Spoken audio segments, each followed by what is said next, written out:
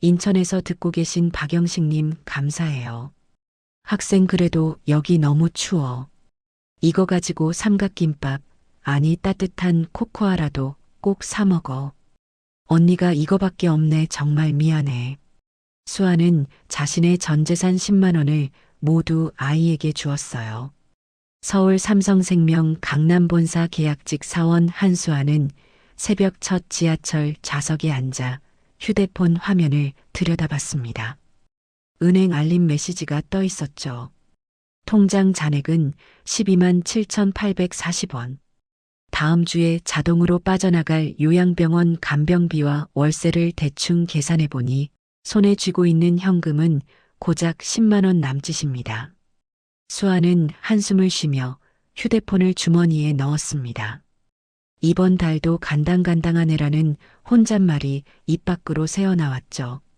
26살 한수아에게 돈은 언제나 계산의 대상이었습니다. 고등학교 2학년 때까지만 해도 전교 3등을 유지하던 모범생이었지만 어머니가 췌장암 진단을 받은 뒤로 모든 것이 바뀌었습니다. 대학 진학은 지방 사립대로 낮춰야 했고 졸업 후에는 서울 원룸에서 혼자 살며 요양병원에 계신 아버지 간병비와 월세, 그리고 자격증 학원비를 동시에 감당해야 했죠. 수아의 목표는 분명했습니다. 국제공인재무설계사 자격증을 따서 정규직으로 전환되고 아버지를 요양병원에서 모셔 나와 함께 사는 것. 그게 전부였습니다. 퇴근 후 야근 공부까지 마친 어느 가을 저녁이었습니다. 수아는 무거운 국제공인재무설계사 교재를 가방에 넣고 강남역 지하상가를 지나가고 있었습니다. 불 꺼진 가게들 사이로 사람들이 빠르게 스쳐 지나갔고 수아도 집에 빨리 가서 쉬고 싶은 마음뿐이었죠. 그런데 구석진 계단 밑에서 작은 흐느낌 소리가 들렸습니다. 수아는 발걸음을 멈추고 그쪽을 바라봤습니다. 교복을 입은 여자아이가 무릎을 끌어안고 울고 있었죠. 아이의 얼굴은 긴 머리카락에 가려져 잘 보이지 않았지만 눈 주변에 희미한 멍자국이 보였습니다. 오른손목에도 오래된 상처 같은 게 있었고요. 수아는 그냥 지나칠 수 없었습니다. 자신도 엄마를 잃고 혼자 버텨야 했던 시절을 떠올렸기 때문입니다. 괜찮아? 수아가 조심스럽게 다가가 물었습니다. 아이는 놀란 듯 고개를 들었고 눈물로 얼룩진 얼굴이 드러났습니다. 14살쯤 돼 보이는 아이였죠. 집에 가기 싫어요. 가면 또 맞아요. 아이의 목소리는 떨리고 있었습니다. 수아의 가슴이 철렁 내려앉았죠. 저 말이 거짓말이 아니라는 걸 본능적으로 알 수 있었습니다. 아이의 눈빛에는 공포와 절망이 섞여 있었거든요. 수아는 아이를 편의점으로 데려갔습니다. 삼각김밥 2개, 샌드위치 하나, 따뜻한 코코아 한 잔을 골라 계산대에 올려놓으며 가격을 확인했습니다. 7,000원. 지금 수아에게는 작지 않은 돈이었지만 아이의 창백한 얼굴을 보니 그냥 지나칠 수가 없었습니다. 편의점 테이블에 앉아 수아는 천천히 아이의 이야기를 끌어냈습니다. 이름이 뭐야? 서지안이요. 몇 살? 14살이요. 부모님은? 지안은 잠시 입술을 깨물다가 대답했습니다. 교통사고로 돌아가셨어요. 지금은 작은아버지 집에서 살아요. 작은아버지 집이 어디야? 한남동이요. 작은아버지는 대성그룹에서 일하세요. 대성그룹. 수아도 아는 대기업이었습니다. 그런 집에 사는 아이가 왜 지하상가 구석에서 울고 있는 걸까요? 수아는 조심스럽게 물었습니다. 집에서 무슨 일이 있었어? 지아는 손으로 코코아 컵을 꽉 쥐고 있었습니다. 한참을 망설이다가 작은 목소리로 말했습니다. 새엄마가 저만 보면 싫어해요. 오늘은 아예 방에서 쫓겨났어요. 숙제를 늦게 해서요. 근데 숙제 안 늦었는데도 그렇게 말씀하셨어요. 지안의 목소리는 점점 떨렸고 눈물이 다시 흘러내렸습니다. 맞았어요. 자꾸 맞아요. 그래서 집에 가기 싫어요. 수아는 가슴이 먹먹해졌습니다. 자신도 어머니를 잃고 혼자가 됐을 때 세상이 무너지는 것 같았던 그때가 떠올랐죠. 수아는 지안의 손을 잡았습니다. 오늘 밤은 집에 가지 마. 일단 안전한 데서 자고 내일 다시 생각해보자. 지안은 고개를 들어 수아를 바라봤습니다. 누군가 자신을 믿어준다는 사실이 믿기지 않는다는 표정이었죠. 수아는 근처 ATM기를 찾아갔습니다. 카드를 넣고 잔액 조회 버튼을 눌렀습니다. 12만 7,840원. 자동이체 금액을 빼면 10만 원 남짓. 수아의 손이 떨렸습니다. 이 돈은 다음 주까지 버틸 돈이었습니다. 택시비, 식비, 교통비까지 포함해서요. 그런데 지금 눈앞에 있는 아이는 오늘 밤 갈 곳이 없습니다. 수아는 잠시 망설였습니다. 자신의 삶도 벅찬데 남의 아이까지 챙길 여유가 있을까요? 하지만 지안의 얼굴에 난 멍자국이 자꾸 눈에 밟혔습니다. 수아는 입술을 깨물고 10만 원 인출 버튼을 눌렀습니다. ATM기에서 나온 돈을 두 손으로 꽉 쥐고 수아는 지안에게로 돌아갔습니다. 자, 이거. 수아가 10만 원을 지안의 손에 쥐어줬습니다. 지안은 놀란 눈으로 수아를 쳐다봤습니다. 일단 오늘 밤은 찜질방에서 자. 따뜻하게 씻고 편하게 쉬어. 내일 낮에 이 번호로 꼭 전화해. 안 오면 누나가 경찰에 신고할 거야. 수아는 편의점에서 받은 영수증 뒷면에 자신의 번호를 적어 지안에게 건넸습니다. 지안은 떨리는 손으로 돈과 종이를 받아들었습니다.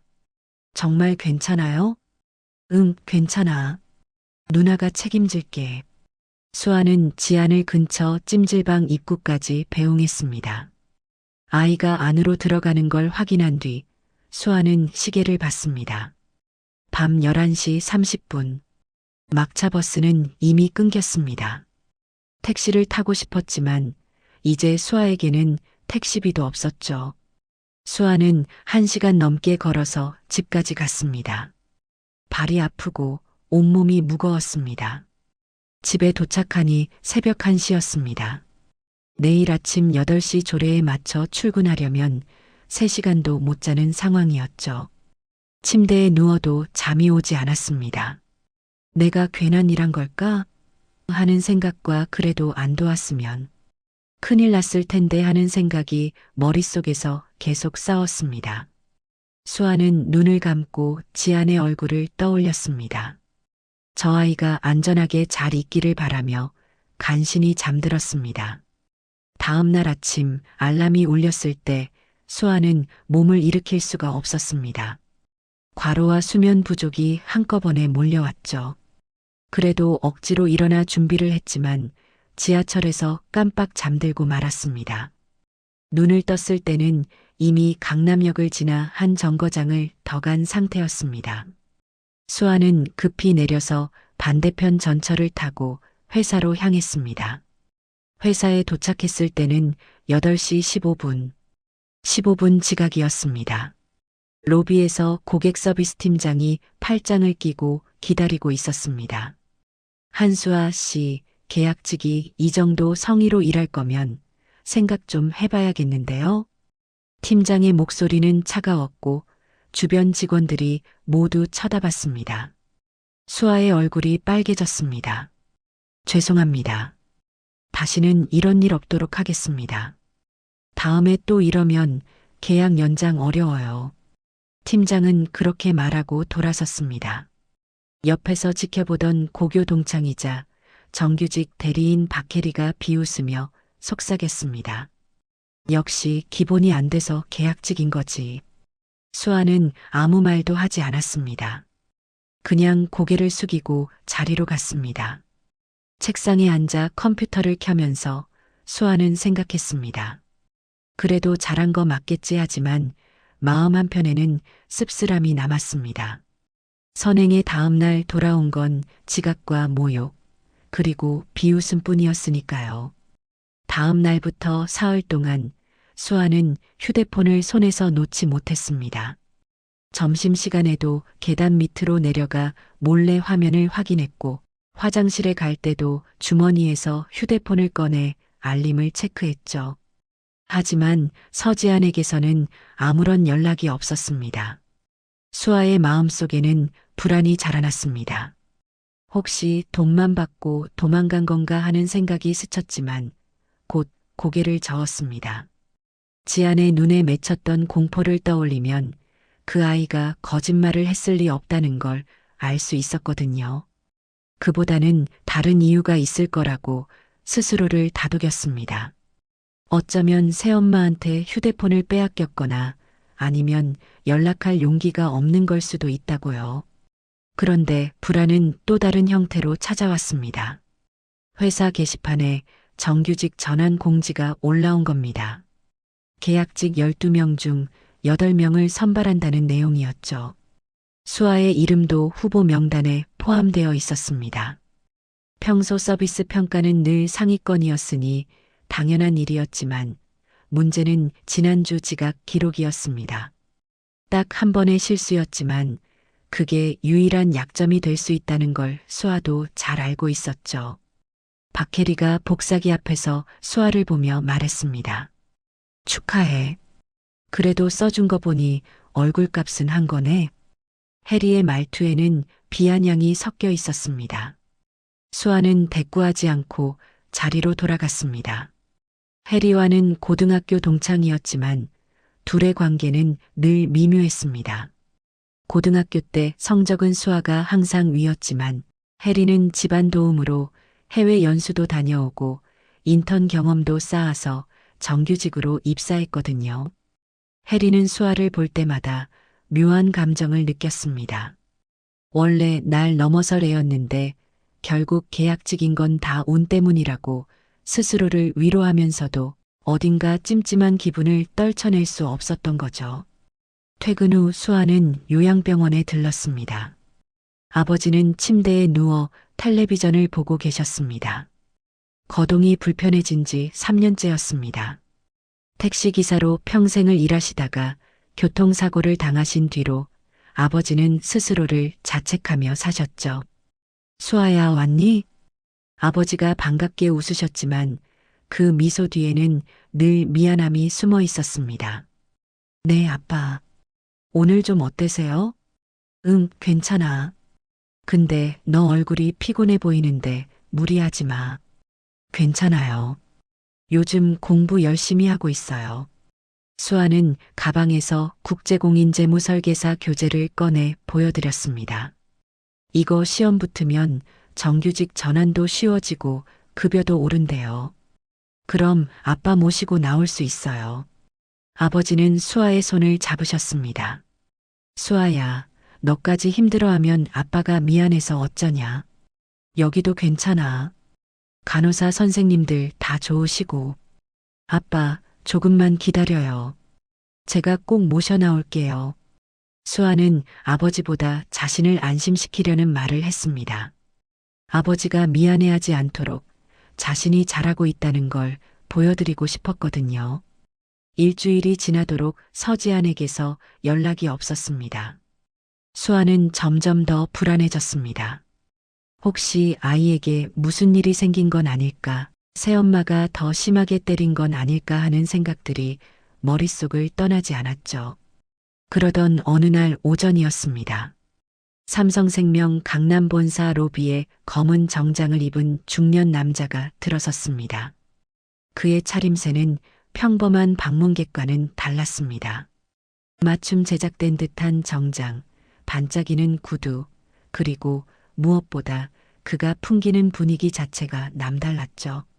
로비에 있던 직원들이 수군거리기 시작했습니다. 남자는 안내 데스크로 다가갔고 명함을 꺼내 건넸습니다. 안내 직원의 표정이 순식간에 굳어졌습니다. 그녀는 급히 전화기를 들었고 잠시 후 서비스팀 쪽으로 연락이 갔습니다. 박혜리가 수아에게 속삭였습니다. 야, 저 사람 누구래? 대성그룹에서 왔다던데? 대성그룹? 수아의 가슴이 철렁 내려앉았습니다. 대성그룹, 지안이 말했던 작은아버지의 회사. 혹시 지안에게 무슨 일이 생긴 걸까요? 남자는 로비를 둘러보다가 안내 직원에게 무언가를 물었습니다. 안내 직원이 고개를 저으며 대답했고 남자는 다시 한번 명함을 내밀며 말했습니다. 그의 목소리가 로비에 울려 퍼졌습니다. 혹시 지난주 강남역 지하상가에서 교복 입은 여자아이에게 돈을 건네고 자신의 번호를 준 분이 계실까요? 로비가 조용해졌습니다. 모든 직원이 서로를 쳐다보며 눈치를 봤습니다. 수아는 심장이 빠르게 뛰는 걸 느꼈습니다. 손이 떨렸고 입술이 말랐죠. 하지만 수아는 천천히 손을 들었습니다. 제가 그랬는데요. 남자는 수아를 향해 고개를 돌렸습니다. 그리고 깊이 허리를 숙여 인사했습니다. 대성그룹 회장 비서실장 최상훈입니다. 먼저 깊이 감사드립니다. 주변 직원들이 숨죽이며 지켜봤습니다. 박혜리의 눈이 휘둥그레졌고 다른 동료들도 믿기지 않는다는 표정으로 수아를 바라봤습니다. 최상훈 비서실장은 다시 한번 허리를 숙이며 말했습니다. 그 아이가 회장님의 손녀 서지안 양입니다. 회장님께서 꼭 뵙고 싶어 하십니다. 수아는 말문이 막혔습니다. 회장의 손녀라니. 지안이 작은아버지 집에 산다고는 했지만 그게 대성그룹 회장 집안이었다는 건 상상도 못했던 일이었죠. 지안이는 괜찮나요? 수아가 떨리는 목소리로 물었습니다. 현재는 집에 무사히 돌아와 있습니다. 하지만 회장님께서 그날 밤 일에 대해 직접 감사를 전하고 싶어 하십니다. 잠시 시간을 내주실 수 있으신지요? 수아는 고개를 끄덕였습니다. 최 비서실장은 수아를 팀장실로 안내했습니다. 팀장과 박혜리도 따라 들어왔죠. 팀장은 표정 관리를 하느라 애쓰는 게 역력했고 혜리는 입을 다물지 못한 채 서 있었습니다. 팀장실에서 최 비서실장은 태블릿을 꺼내 영상통화를 연결했습니다. 화면에 나타난 건 60대 초반쯤 되어 보이는 우아한 여성이었습니다. 대성그룹 회장의 부인이자 지안의 할머니였죠. 안녕하세요. 서지안 할머니입니다. 할머니의 목소리는 부드러웠지만 어딘가 떨리고 있었습니다. 우리 지안을 도와줘서 정말 고맙습니다. 당신 아니었으면 애가 그날 밤 어디서 어떻게 됐을지 몰라요. 아니에요. 당연히 해야 할 일을 했을 뿐이에요. 아니에요. 요즘 세상에 그렇게 해주는 사람이 얼마나 되겠어요. 게다가 본인 사정도 어려우셨을 텐데. 할머니는 잠시 말을 멈췄다가 다시 입을 열었습니다. 지안이가 학교도 못 나가고 방에만 틀어박혀 있었어요. 우리가 몰랐던 일들이 너무 많았습니다. 부탁인데 지안이를 좀 도와주실 수 없을까요? 전담 가정교사로 와주셨으면 합니다. 수아는 놀라 할머니를 바라봤습니다. 가정교사라니. 자신은 그저 교육학과 출신도 아니고 교사 자격증이 있는 것도 아니었습니다. 저는 전문 선생님이 아닌데요. 괜찮아요. 지안이한테 필요한 건 공부를 가르쳐주는 사람이 아니라 믿고 기댈 수 있는 어른이에요. 부탁드립니다. 할머니의 눈빛은 간절했습니다. 수아는 잠시 망설이다가 고개를 끄덕였습니다. 제가 할 수 있는 선에서 최선을 다해보겠습니다. 고맙습니다. 최 실장이 앞으로 일정을 조율하겠습니다. 영상통화가 끝난 뒤 팀장과 박혜리는 서로 눈치를 주고받았습니다. 팀장은 억지로 미소를 지으며 수아에게 말했습니다. 한수아 씨, 좋은 기회네요. 회사 일정이랑 잘 조율해서 해보세요. 하지만 그 말투에는 불편함이 묻어났습니다. 박혜리는 아무 말 없이 수아를 빤히 쳐다봤습니다. 질투와 호기심이 섞인 시선이었죠. 최 비서실장은 수아에게 명함을 건네며 말했습니다. 토요일 오후 2시에 차를 보내드리겠습니다. 주소를 알려주시면 됩니다. 수아는 명함을 받아들었습니다. 명함에는 대성그룹 회장 비서실장 최상훈이라고 적혀 있었습니다. 수아는 명함을 주머니에 넣으며 생각했습니다. 그날 밤 10만 원을 건넸던 선택이 이렇게 자신의 삶을 바꿀 줄은 몰랐다고요. 토요일 오후 1시 30분 수아가 사는 원룸 앞에 검은색 세단 한 대가 멈춰 섰습니다. 최상훈 비서실장이 직접 운전석에서 내려 수아를 맞이했습니다. 수아는 평소보다 조금 더 신경 써서 입은 베이지색 코트와 검은 슬랙스 차림이었지만 그래도 어딘가 어색했습니다. 재벌가 저택에 간다는 게 실감이 나지 않았거든요. 차는 한강을 건너 한남동으로 향했습니다. 길가에 늘어선 고급 주택들을 지나며 수아는 창밖을 바라봤습니다. 이곳은 수아가 사는 세계와는 완전히 다른 공간이었죠. 넓은 정원, 높은 담장, 경비 초소까지 갖춘 집들이 줄지어 있었습니다. 차가 한 저택 앞에서 멈췄습니다. 경비가 차량 번호를 확인하고 정문을 열었습니다. 안으로 들어서자 넓은 정원이 펼쳐졌습니다. 잘 가꿔진 나무들 사이로 분수가 보였고 차고에는 고급 차량들이 줄지어 서 있었죠. 건물은 3층 규모의 현대식 저택이었고 유리창마다 빛이 반사되어 눈이 부셨습니다. 수아는 차에서 내려 저택을 올려다봤습니다. 화려했지만 왠지 차가운 느낌이 들었습니다. 사람 사는 집이라기보다는 전시용 건물 같다는 생각이 들었죠. 이쪽으로 오시죠.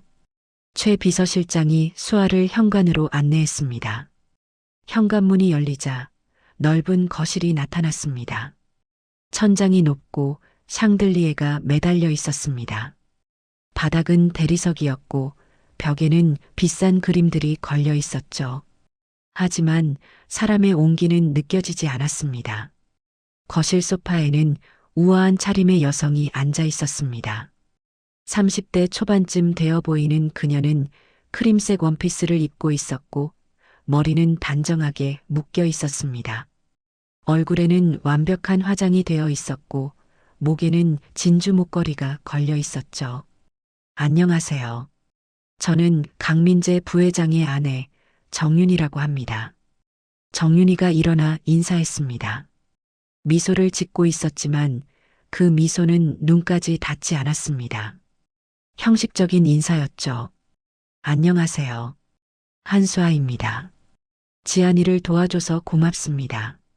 우리 애가 좀 예민해서요. 집안 어른들께서 과외 선생님을 구하셨다고 들었어요. 윤희의 말투는 공손했지만 어딘가 경계하는 느낌이 들었습니다. 그냥 기본 교과서 정도만 봐주세요. 이상한 생각 심어주진 마시고요. 이상한 생각이요? 아이가 워낙 어려서요. 세상 물정 모르는 나이잖아요. 괜히 집안일 같은 거 물어보거나 어른들 얘기 꺼내거나 하면 좀 곤란하거든요. 윤희는 미소를 유지한 채 말했지만 그 말 속에는 분명한 경고가 담겨 있었습니다. 우리 집 일에 너무 깊이 관여하지 말라는 뜻이었죠. 지안이 공부만 봐드리겠습니다. 수아가 조용히 대답했습니다. 윤희는 만족스러운 듯 고개를 끄덕이고는 계단 쪽을 가리켰습니다. 2층 복도 끝방이 지안이 방이에요. 가보세요. 수아는 계단을 올라 2층으로 갔습니다. 복도는 길고 조용했습니다. 벽에는 가족 사진들이 걸려 있었는데 유독 지안이 있는 사진은 몇 장 되지 않았습니다. 대부분 강민재와 정윤이 그리고 회장 부부의 사진들이었죠. 복도 끝 방문 앞에 도착했습니다. 수아는 문을 두드렸습니다. 지안아, 나 수아 언니야. 들어가도 될까? 안에서 아무 대답이 없었습니다. 수아는 천천히 문을 열었습니다. 방 안은 놀라울 정도로 정돈되어 있었습니다. 책상 위에는 교과서와 문제집이 가지런히 쌓여 있었고 침대는 주름 하나 없이 펴져 있었습니다. 옷장 문은 닫혀 있었고 바닥에는 먼지 하나 없었죠. 14살 여자아이의 방이라고는 믿기지 않을 정도로 생활감이 없었습니다. 지아는 창가 책상에 앉아 이어폰을 꽂고 있었습니다. 수아가 들어와도 돌아보지 않았습니다. 등만 보이는 지안의 어깨는 작고 움츠러들어 있었죠. 지안아. 수아가 다가가 지안의 어깨를 가볍게 두드렸습니다. 지안이 깜짝 놀라 돌아봤습니다. 이어폰을 빼며 수아를 쳐다보는 지안의 얼굴에는 놀람과 반가움, 그리고 복잡한 감정들이 섞여 있었습니다. 언니, 그래, 나야.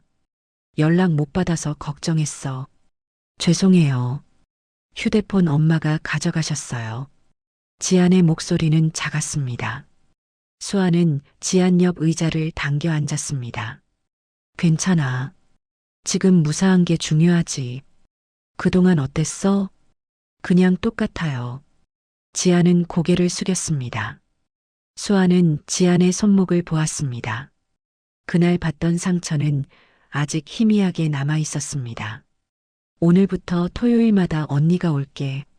영어랑 수학 같이 해보자. 필요 없어요. 지안이 갑자기 차갑게 말했습니다. 과외 선생님들 다 도망갔어요. 제가 말 안 듣는다고 했대요. 언니도 곧 그만두실 거예요. 나는 안 그만둬. 왜요?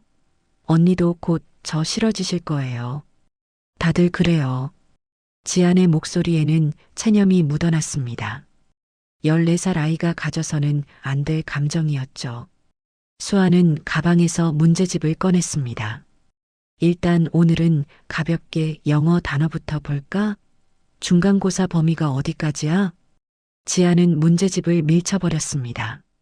공부 잘하면 뭐해요? 어차피 할머니가 돈 다 주는데. 제가 뭘 해도 상관없어요. 수아는 화를 내지 않았습니다. 대신 조용히 자기 이야기를 꺼냈습니다. 나도 고2 때까지 전교 3등이었어. 지안이 고개를 들어 수아를 봤습니다.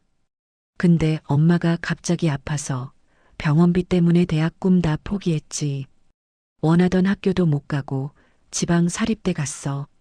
장학금 받으면서. 그래서요? 그래서 지금도 공부하고 있어. 자격증 따려고. 아빠 모시고 나와서 같이 살려고. 수아는 가방에서 국제공인재무설계사 교재를 꺼내 지안에게 보여줬습니다. 인생은 한 번 꼬이면 끝이 아니야. 다시 시작할 수 있어. 나처럼. 지안의 눈빛이 흔들렸습니다. 처음으로 수아를 제대로 바라보는 것 같았습니다. 그럼 선생님도 집이 싫었던 적 있어요? 응, 많이 싫었어. 엄마 없는 집에 혼자 있는 게 너무 무서웠거든. 지안의 입술이 떨렸습니다. 저도요. 저도 집이 무서워요. 수아는 지안의 손을 잡았습니다. 알아. 그래서 언니가 온 거야. 그때 방문이 살짝 열리며 누군가 복도를 지나갔습니다. 수아가 돌아보니 50대쯤 되어 보이는 여성이 걸레를 들고 지나가고 있었습니다. 가사도우미인 것 같았죠. 여성은 수아와 눈이 마주치자 잠시 멈칫했습니다. 그리고 복도 끝으로 가더니 수아에게 손짓을 했습니다. 수아는 지안에게 잠깐만이라고 말하고 복도로 나갔습니다. 저기요, 선생님. 가사도우미가 조용히 수아를 불렀습니다. 네, 저 이분자라고 해요. 이 집에서 5년째 일하고 있어요. 아, 안녕하세요. 이분자는 주변을 둘러보더니 수아에게 가까이 다가와 속삭였습니다. 네, 정말 많이 맞았어요. 팔에 난 멍, 새엄마가 던진 물건 때문이에요. 제가 봤어요. 수아의 표정이 굳어졌습니다. 그런데 누구한테 말하지 말라더라고요. 집안 망신이라고. 그래서 저도 어떻게 해야 할지 몰라서. 그럼 지금도. 요즘은 덜해요. 할머니가 눈치채셨나 봐요. 그래도 선생님 조심하세요. 새엄마가 선생님 별로 안 좋아하는 것 같아요. 이분자는 그렇게 말하고는 계단 쪽으로 사라졌습니다. 수아는 그 자리에 서서 주먹을 꽉 쥐었습니다. 가슴속에서 분노가 치솟았지만 참아야 했습니다. 지금 감정적으로 행동하면 지안에게 도움이 되지 않을 테니까요. 수업을 마치고 나오는 길이었습니다. 수아가 현관으로 내려오는데 복도에서 정장 차림의 남자와 마주쳤습니다. 30대 후반쯤 되어 보이는 남자는 휴대폰으로 통화 중이었습니다. 네, 알겠습니다. 월요일 회의 때 보고 드리죠. 통화를 끊은 남자는 수아를 보며 잠깐 멈칫했습니다. 그리고 가볍게 고개를 숙여 인사했습니다. 오늘 첫날이죠? 우리 조카 부탁드립니다. 강민재였습니다. 대성그룹 부회장이자 지안의 작은아버지. 그는 피곤한 얼굴이었지만 지안을 언급할 때만큼은 눈빛이 달라졌습니다. 걱정과 죄책감이 섞인 표정이었죠. 최선을 다하겠습니다. 고맙습니다. 지안이가 요즘 많이 힘들어해서요. 민재는 그렇게 말하고는 계단을 올라갔습니다. 수아는 그의 뒷모습을 바라보며 생각했습니다. 저 사람도 지안을 걱정하고 있구나. 그런데 왜 아무것도 하지 않는 걸까? 차를 타고 집으로 돌아오는 길, 수아는 창밖을 바라보며 다짐했습니다. 지안을 반드시 도와주겠다고. 그 아이가 다시 웃을 수 있게 해주겠다고. 주말마다 한남동을 오가는 생활이 시작되면서 수아의 삶은 더욱 빡빡해졌습니다. 평일에는 아침 8시부터 저녁 6시까지 삼성생명 본사에서 고객 상담 업무를 했고, 퇴근 후에는 자격증 학원에 들러 밤 9시까지 공부했습니다. 집에 돌아오면 10시가 넘었고, 씻고 나면 11시였죠. 그러면 교재를 펼쳐놓고 새벽 1시까지 복습을 했습니다. 잠은 늘 부족했고, 몸은 점점 지쳐갔습니다. 토요일이 되면 오후 2시에 한남동으로 향했습니다. 지안과 함께 3시간 동안 영어와 수학을 받고 끝나면 저녁 5시쯤 집으로 돌아왔습니다. 일요일에는 요양병원에 들러 아버지를 뵙고 밀린 빨래와 집안일을 했죠. 쉴 틈이 없었지만 이상하게도 수아는 견딜만 했습니다. 지안이 조금씩 마음을 열어가는 모습을 보면 피로가 싹 가시는 것 같았거든요. 지안은 처음 며칠은 여전히 경계했습니다. 문제집을 펼쳐놓으면 시큰둥한 표정으로 앉아 있었고, 수아가 설명해도 고개만 끄덕일 뿐 질문은 하지 않았죠. 하지만 수아는 포기하지 않았습니다. 매주 토요일마다 같은 시간에 왔고, 같은 자리에 앉아 차근차근 설명했습니다. 지안이 문제를 풀면 칭찬해줬고, 틀려도 혼내지 않았습니다. 셋째 주가 되자 변화가 보이기 시작했습니다. 지안이 처음으로 질문을 했던 겁니다. 선생님, 이 문법 규칙 왜 이렇게 돼요? 수아는 그 질문이 너무 반가워서 웃음이 났습니다. 좋은 질문이야. 이건 말이지. 그날부터 지안은 조금씩 달라졌습니다. 문제집을 스스로 펼쳐놓기 시작했고, 과제도 해오기 시작했죠. 수아가 올 때마다 이번 주에 이거 풀어봤어요 라며 노트를 내밀었습니다. 오답도 많았지만 그게 중요한 게 아니었습니다. 지안이 스스로 뭔가를 하고 있다는 것, 그게 수아에게는 큰 의미였죠. 그런데 넷째 주 금요일 밤 예상치 못한 일이 벌어졌습니다. 수아는 야근을 마치고 회사 앞에서 택시를 기다리고 있었습니다. 버스 막차는 이미 끊겼고 지하철역까지 걷기에는 너무 피곤했거든요. 그때 익숙한 검은색 세단 한 대가 다가왔습니다. 최상훈 비서실장이었습니다. 한수아 선생님, 집까지 태워드리겠습니다. 회장님 말씀이십니다. 수아는 난처했습니다. 회사 앞에는 아직 사람들이 남아 있었고 누군가 볼 수도 있었거든요. 하지만 거절하기도 어색했습니다. 감사합니다. 수아가 차에 타는 순간 회사 건물 모퉁이에서 누군가 그 장면을 지켜보고 있었습니다. 박해리였습니다. 해리는 야근을 마치고 나오다가 우연히 수아가 고급 세단에 타는 모습을 목격한 겁니다. 차량 번호판을 보니 평범한 차가 아니었습니다. 운전기사도 정장 차림이었고요. 해리는 휴대폰을 꺼내 사진을 찍었습니다. 차가 출발하는 모습, 번호판까지 또렷하게 담았죠. 해리의 입가에 냉소적인 미소가 번졌습니다. 역시 사람이 착하기만 해서 되는 게 아니네. 재벌 후원 받으면 인생 편해지는 거지. 해리는 그 사진을 자기 휴대폰에 저장하며 중얼거렸습니다. 주말이 지나고 월요일 아침이었습니다. 수아가 출근해서 자리에 앉는데 주변 분위기가 이상했습니다. 동료들이 수아를 보며 수군거렸고 시선을 피했죠. 점심시간이 되자 그 이유를 알게 됐습니다. 한수아 씨, 재벌집 과외 다닌다면서요?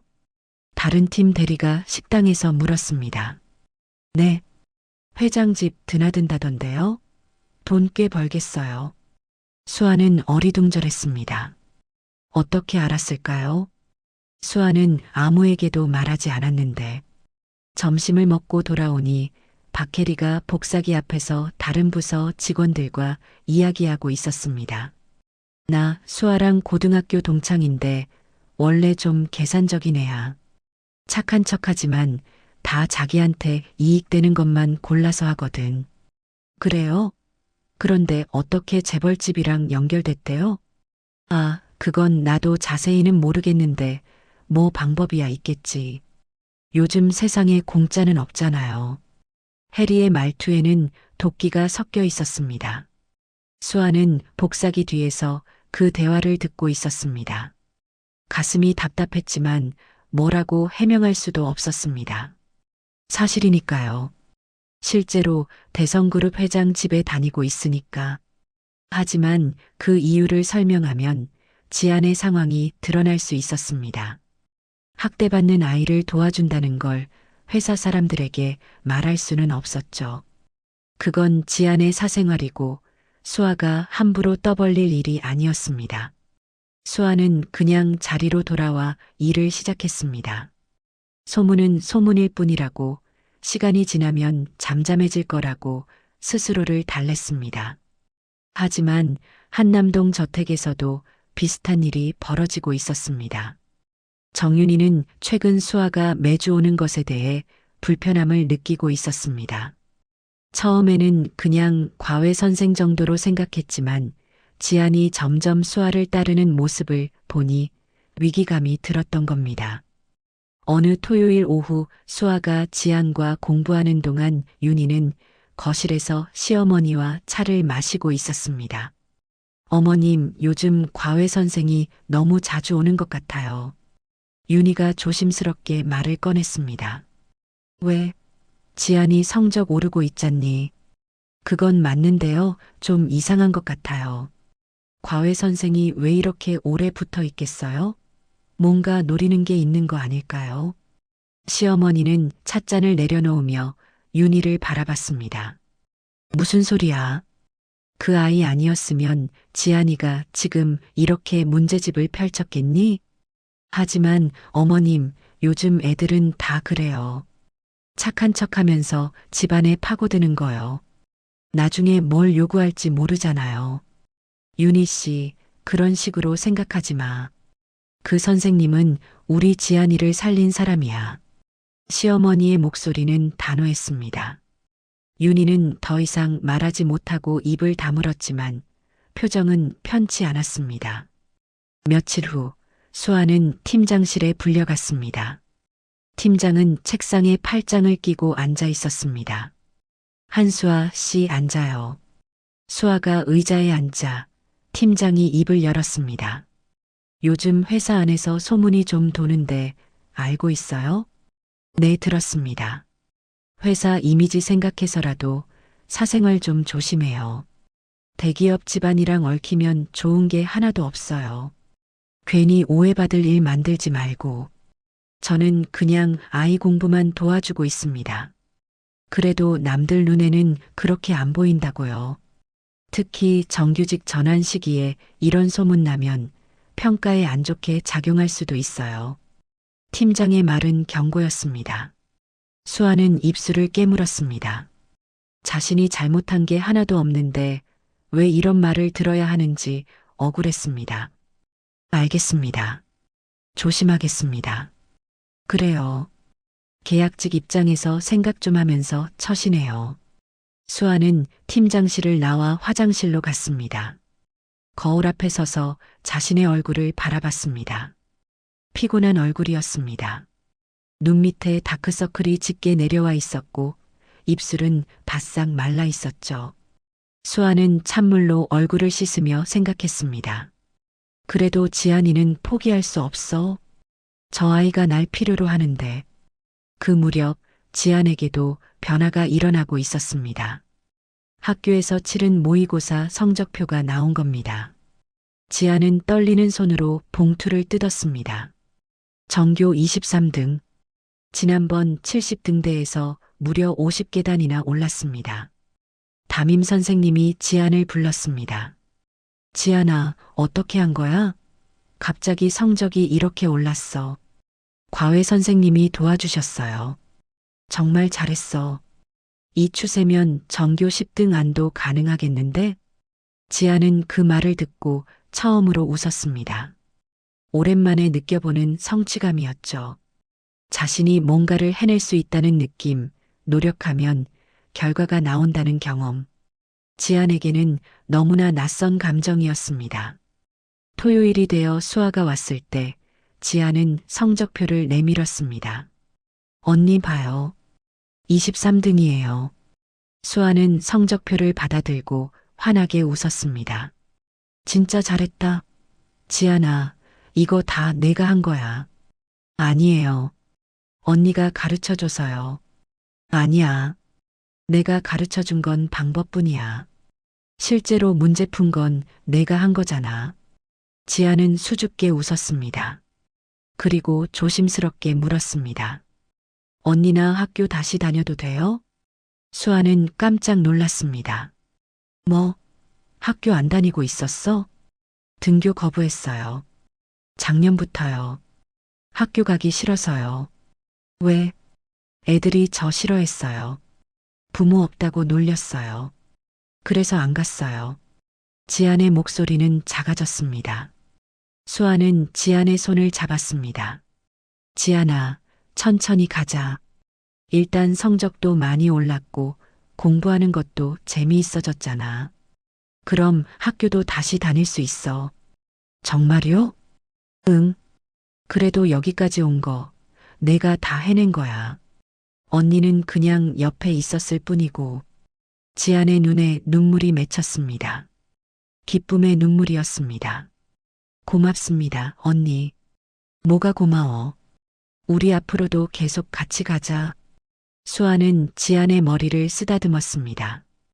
이 순간만큼은 회사 소문도, 팀장의 경고도, 정윤이의 의심도 다 잊을 수 있었습니다. 지안이 웃고 있으니까요. 지안이 다시 꿈을 꾸기 시작했으니까요. 집으로 돌아오는 차 안에서 수아는 창밖을 바라보며 생각했습니다. 회사에서 뭐라고 하든, 집안에서 뭐라고 하든, 난 이 아이 곁을 지킬 거야. 그게 내가 할 수 있는 일이니까. 지안의 학교 복귀가 구체적으로 논의되기 시작한 건 6주차 토요일이었습니다. 담임 선생님이 직접 한남동 저택으로 전화를 걸어왔던 겁니다. 수아와 지안이 공부하고 있을 때 거실에서 정윤이가 전화를 받는 소리가 들렸습니다. 네, 담임 선생님. 아, 그렇습니까? 성적이 많이 올랐다고요?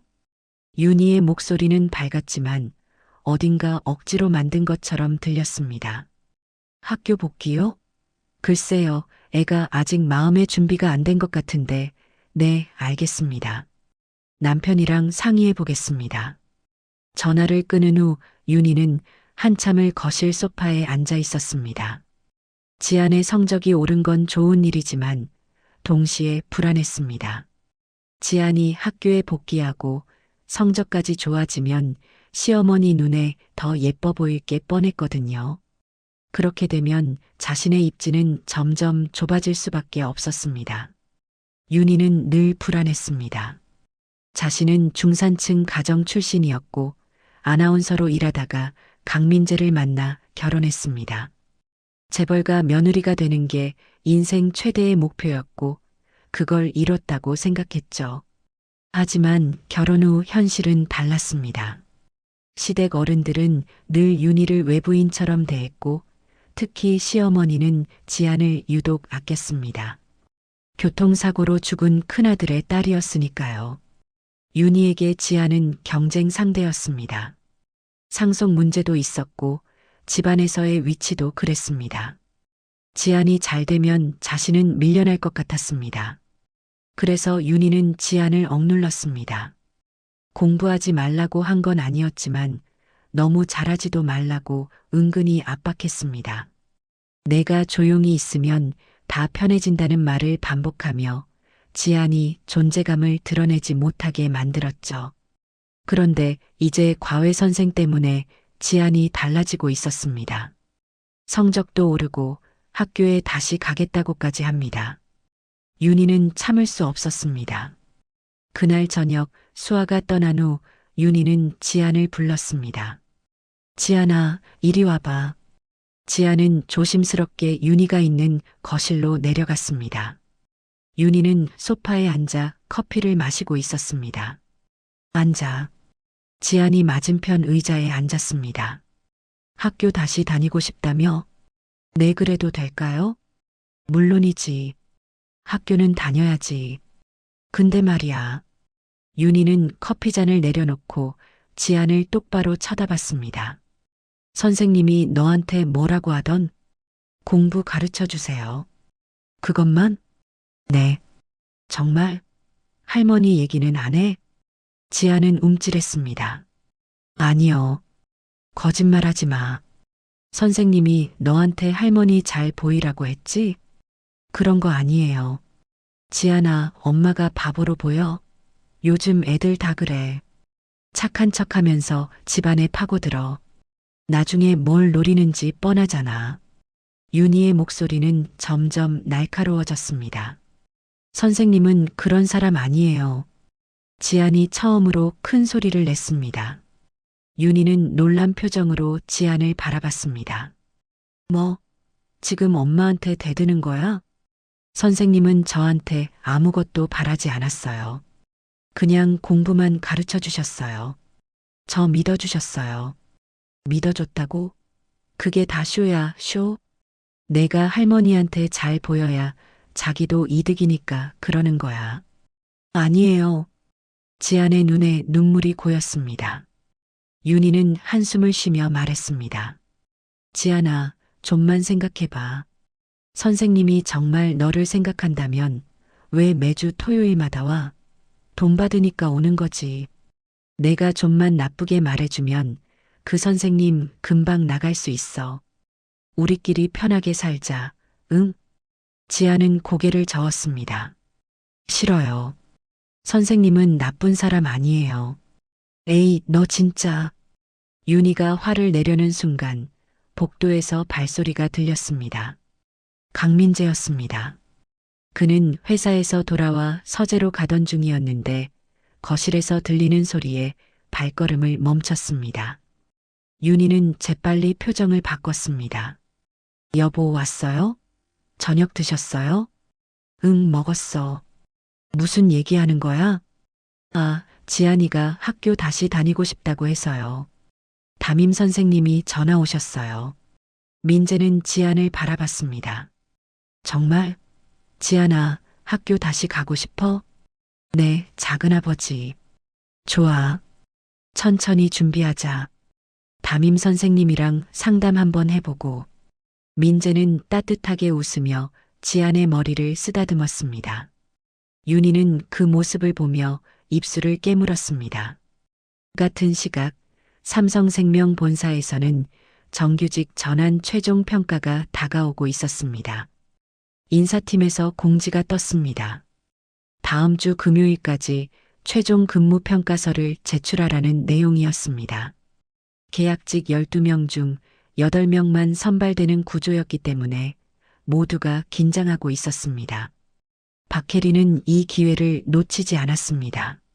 점심시간에 팀장을 따로 불러 커피를 마시며 말했습니다. 팀장님, 요즘 회사 분위기 어떻게 보세요? 뭐가? 아니, 정규직 전환 때문에 다들 예민하잖아요. 근데 이상한 소문도 많고. 무슨 소문? 한수아 씨 있잖아요. 재벌직 과외 다니면서 돈 많이 번다는 거요. 회사 일에 집중 안 하는 것 같아요.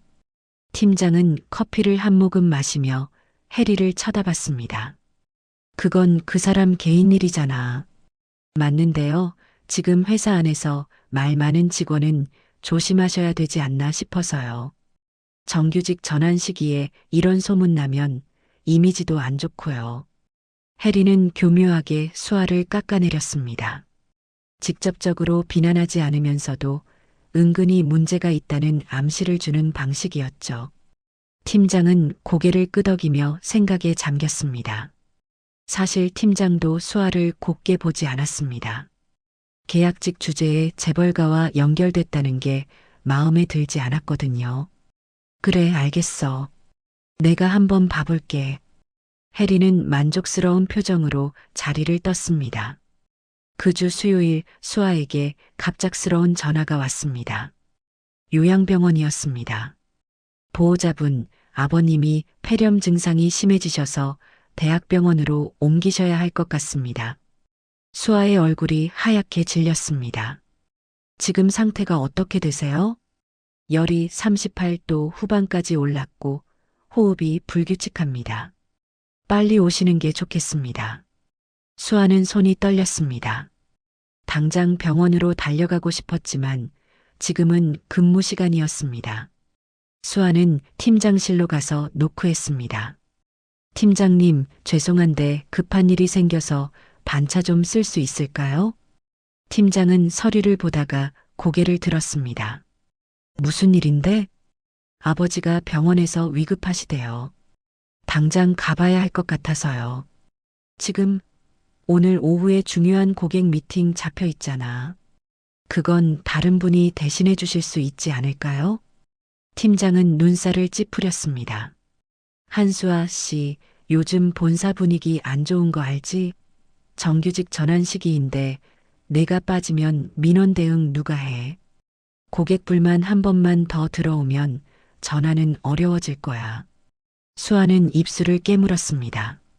그래도 아버지가, 가족은 이해하지만 회사도 이해해야지. 퇴근 후에 가도 되잖아. 수아는 말문이 막혔습니다. 퇴근은 6시입니다. 지금은 오후 2시. 4시간을 기다려야 한다는 겁니다. 그 사이에 아버지한테 무슨 일이 생기면 어떡하죠? 하지만 팀장의 표정은 단호했습니다. 수아는 결국 고개를 숙였습니다. 알겠습니다. 수아는 자리로 돌아와 떨리는 손으로 요양병원에 다시 전화했습니다. 제가 지금 당장은 못 갈 것 같은데요. 6시쯤 갈게요. 그때까지 아버지 좀 잘 부탁드립니다. 네, 알겠습니다. 최선을 다하겠습니다. 수아는 전화를 끊고 책상에 엎드렸습니다. 눈물이 났지만 참아야 했습니다. 회사에서 우는 모습을 보이면 안 됐으니까요. 그날 저녁 강민재는 한남동 저택 서재에서 지안의 성적표와 상담 일지를 보고 있었습니다. 수아가 꼼꼼하게 작성한 기록들이었죠. 지안의 변화가 한눈에 보였습니다. 처음에는 문제집을 펼치지도 않았던 아이가 이제는 스스로 과제를 해오고 질문까지 합니다. 민재는 미소를 지었습니다. 조카를 이렇게 변화시킨 수아가 고마웠습니다. 그런데 그때 거실에서 고함 소리가 들렸습니다. 그 선생님이 너 이용하는 거라니까. 윤희의 목소리였습니다. 민재는 서재 문을 열고 나갔습니다. 거실에서는 윤희가 지안에게 소리를 지르고 있었습니다. 엄마 말 안 들을 거야? 선생님은 나쁜 사람 아니라니까요. 지안도 울먹이며 대꾸했습니다. 뭐? 지금 감히 나한테 대들어? 윤희가 손을 들려는 순간 민재가 끼어들었습니다. 무슨 일이야? 윤희는 재빨리 손을 내리고 표정을 바꿨습니다. 아, 여보. 그게 지안이가 요즘 너무 버릇 없어져서요. 버릇 없다니? 과외 선생 만난 후로 말대꾸도 하고 엄마 말도 안 듣고 그래요. 민재는 지안을 바라봤습니다. 지안의 눈에는 눈물이 가득했습니다. 지안아, 무슨 일이야? 지안은 입을 열려다가 말았습니다. 말하면 또 혼날 것 같았습니다. 결국 지안은 고개를 저으며 방으로 뛰어 올라갔습니다. 문을 박차고 들어가는 소리가 들렸습니다. 민재는 아내를 바라봤습니다. 당신 지안한테 뭐라고 한 거야? 아무것도 안 했어요. 그냥 과외 선생 얘기했을 뿐인데 갑자기 흥분하더라고요. 민재는 뭔가 이상하다는 걸 느꼈습니다.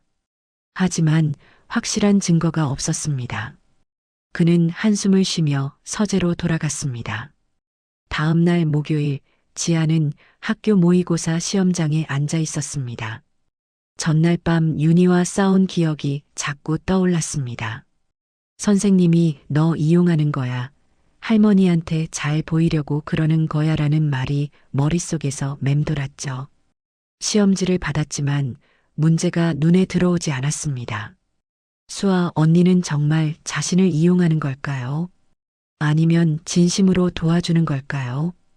지아는 혼란스러웠습니다. 갑자기 가슴이 답답해졌습니다. 숨이 잘 쉬어지지 않았습니다. 지아는 책상을 붙잡고 헐떡였습니다. 선생님, 나 때문에 잘리는 거 아니야? 지안이 중얼거렸습니다. 감독 선생님이 달려왔습니다. 지안아, 괜찮아? 숨이 안 쉬어져요. 과호흡이야. 천천히 숨 쉬어봐. 하지만 지아는 계속 헐떡였고 눈물을 흘렸습니다. 결국 보건실로 옮겨졌고 학교에서 보호자에게 연락이 갔습니다. 연락을 받은 건 정윤이었습니다. 윤희는 학교로 달려갔고 보건실에서 지안을 데리고 나왔습니다. 차에 태우며 윤희는 말했습니다. 봐, 내가 뭘 했어. 과외 선생 때문에 내가 더 불안해진 거야. 지아는 대답하지 않았습니다. 집에 돌아온 윤희는 바로 시어머니에게 전화했습니다. 어머님, 지안이가 학교에서 발작을 일으켰어요. 과호흡이래요. 이거 다 과외 선생 때문인 것 같아요. 애가 부담을 느끼나 봐요. 시어머니는 놀랐습니다. 뭐라고? 지안이가? 네, 제 생각엔 선생님을 바꾸는 게 좋을 것 같아요. 애가 너무 의존하는 것 같아요. 의존이 문제가 아니라 발작이 문제잖니. 병원은 갔어? 지금 집에서 쉬고 있어요. 근데 어머님, 진지하게 생각해 보셔야 해요. 선생님 때문에 애가 더 혼란스러워하는 것 같아요. 시어머니는 잠시 침묵했습니다. 알았어. 내가 한번 생각해 볼게. 윤희는 만족스러운 표정으로 전화를 끊었습니다. 이제 수아를 쫓아낼 명분이 생겼으니까요. 지안의 발작 사건 다음 날 대성그룹 한남동 저택에는 긴장감이 감돌았습니다. 회장 부부가 직접 집으로 왔거든요. 평소에는 본가에 계시다가 중요한 일이 있을 때만 방문하시는 분들이었기에 집안 식구들 모두 긴장할 수밖에 없었습니다. 회장 부인 이선영은 먼저 지안의 방으로 올라갔습니다. 지안은 침대에 누워 천장을 바라보고 있었습니다. 어제 발작을 일으킨 후로 말을 거의 하지 않았죠. 지안아, 할머니야. 지안이 천천히 고개를 돌렸습니다. 할머니, 어제 많이 놀랐지? 괜찮아? 네, 괜찮아요.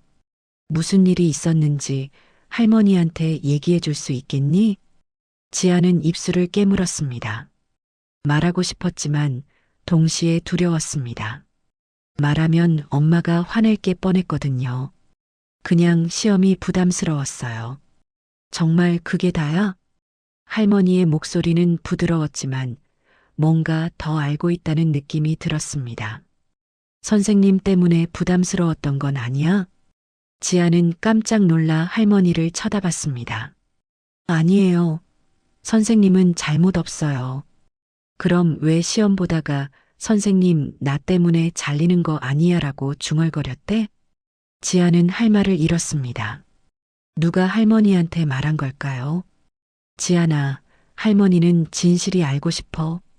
무슨 일이 있었는지 솔직하게 말해줘. 지안의 눈에 눈물이 고였습니다. 엄마가 선생님이 저를 이용한다고 했어요. 할머니한테 잘 보이려고 그런다고요.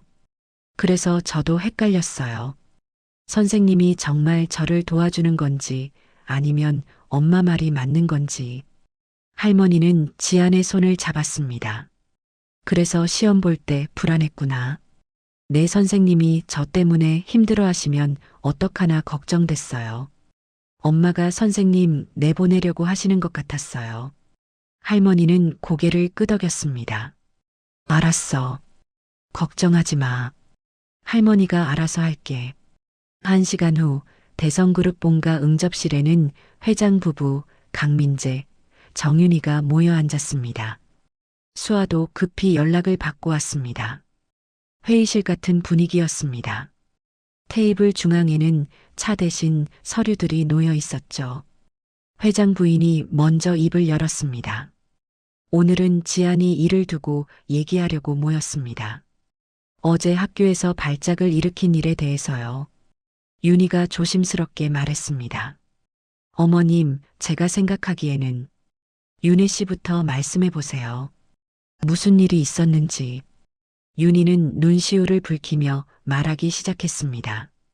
저는 그저 우리 집안이 이상한 사람에게 휘둘릴까 걱정했을 뿐입니다. 과외 선생이 애한테 자꾸 자기 힘든 얘기만 하고 할머니께 잘 보이려는 것 같아서 그게 지안이한테 부담이 될 것 같았습니다. 수아는 그 말을 듣고 가슴이 철렁했습니다. 자신이 지안에게 자기 얘기를 한 건 맞지만 그건 지안과 공감대를 형성하기 위해서였지 동정을 구하기 위해서가 아니었거든요. 제가 지안이를 생각해서 조금 조언을 했을 뿐인데 아이가 오히려 과민 반응을 보였어요.